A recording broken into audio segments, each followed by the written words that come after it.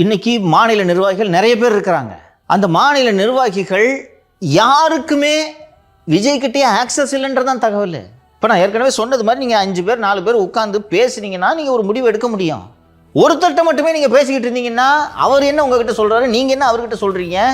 சரி, அட்லீஸ்ட் நீங்கள் 2 பேரும் சேர்ந்து சிறப்பான முடிவுகள் எடுத்து நீங்கள் அதை எக்ஸிக்யூட் பண்ணிட்டீங்கனாலாவது மகிழ்ச்சியாக இருக்கும். சார் எதுவுமே நடக்கலை சார். நான் இப்போ கரூர் மாவட்ட நிர்வாகி, கரூர் கூட விட்டுருங்க, நீங்கள் திருச்சி மாவட்ட நிர்வாகியாக இருந்தால் நான் என்ன அரசியல் பண்ணணுன்றது எனக்கு தெரியாது. என்ன கைடன்ஸு? குறைந்தபட்சம் இந்த இறந்தவர்களை நான் சிம்பிளாக சொல்கிறேன்ப்பா, ஒவ்வொரு மாவட்டத்திலையும் இறந்தவர்களுக்கு ஒரு அஞ்சலி பதாகை வையுங்கள்னு ஒரு உத்தரவு போடலாமா? இது ஒரு சிம்பிள் ஈவெண்ட்டு. இது அங்கங்கே நியூஸ் ஆகுமா? திருநெல்வேலியில் இந்த இடத்துல இது அவங்க யாருமே பண்ண மாட்டாங்க. ஏன்? நீங்கள் சொன்னாலும் செய்ய மாட்டாங்க. இந்த பதாகை வச்சு இங்கே ஒரு கேஸை போட்டு போலீஸ் நம்மளை தொல்லை கொடுக்குது. அப்போது உங்களை நம்பி கட்சி வேலையிலோ அரசியல் வேலையிலோ இறங்கினீர்கள் என்றால் எனக்கு பாதுகாப்பு இல்லை என்று உங்கள் கட்சி நிர்வாகியே நினைக்கிறான். அப்போ இதுக்கான டீம் எங்கே? இதையெல்லாம் நீங்கள் ரெடி பண்ணாமல் என்ன கட்சி நடத்துகிறீங்க? இவ்வளோ நாள் உங்களுக்கு தெரிஞ்ச அரசியல் என்னென்னா அந்த பஸ் எடுத்துக்கின்னு ஊராக போய் டாட்டா காட்டிட்டு அது கூட காட்டல, பஸ் மேலே ஏறி நின்று ஒரு பாட்டு பாடிட்டு வந்துட்டா உங்களை ஜனங்க சிஎம் ஆக்கிடுவாங்கன்னு தானே சார் நீங்கள் நினச்சிக்கிட்டு இருந்தீங்க? அவ்வளவு எளிதாக சார் அரசியல்? கட்சி தொடங்குனீங்க, அடுத்து என்ன பண்ணணும், கட்சி எப்படி வளர்க்கணுன்றதெல்லாம் யோசிக்காமல் எவனோ பீகார்லேருந்து வந்த வியூக வகுப்பாளன் சொன்னான்றதுக்காக நீங்கள் சிஎம் ஆகிடலான்ற கனவுல நீங்கள் இருந்தீங்கன்னா அவ்வளவு எளிதாக அரசியல்? மக்கள் அவ்வளவு எளிதாக வாக்களித்து விடுவார்களா உங்களுக்கு?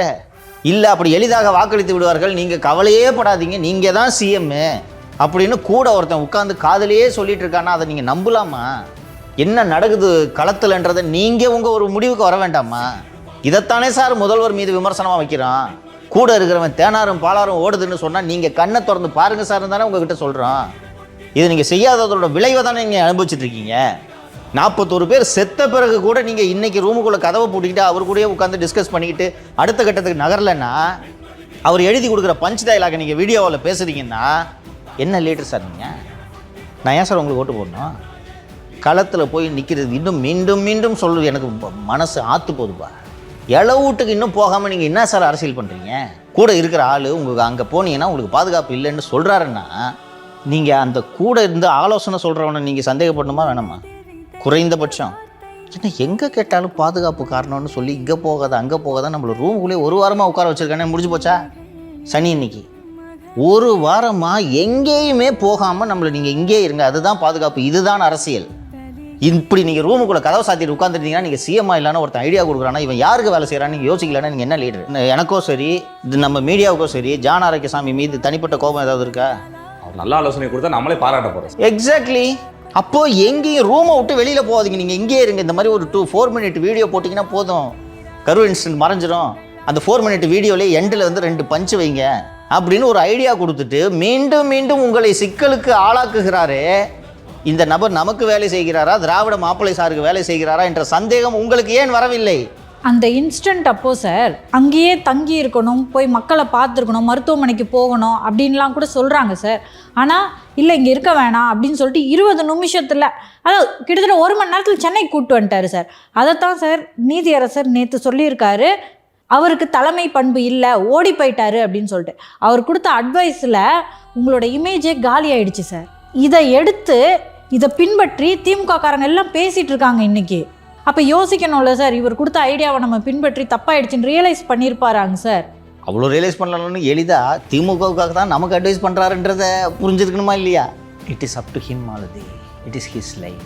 He is the one who is aspiring to become chief minister. அவர் தான் சினிமா விட்டு வந்தார், அவர் தான் சிஎம் ஆகணும்னு ஆசைப்படுறாரு, அவர் தான் இதெல்லாம் யோசிக்கணும். இங்கே உட்காந்துக்கிட்டு நாம் ஆலோசனைகளாக தானே இதெல்லாம் சொல்ல முடியும். முடிவு அவர் எடுக்க வேண்டும். இது நான் உறுதியாக சொல்கிறேன்.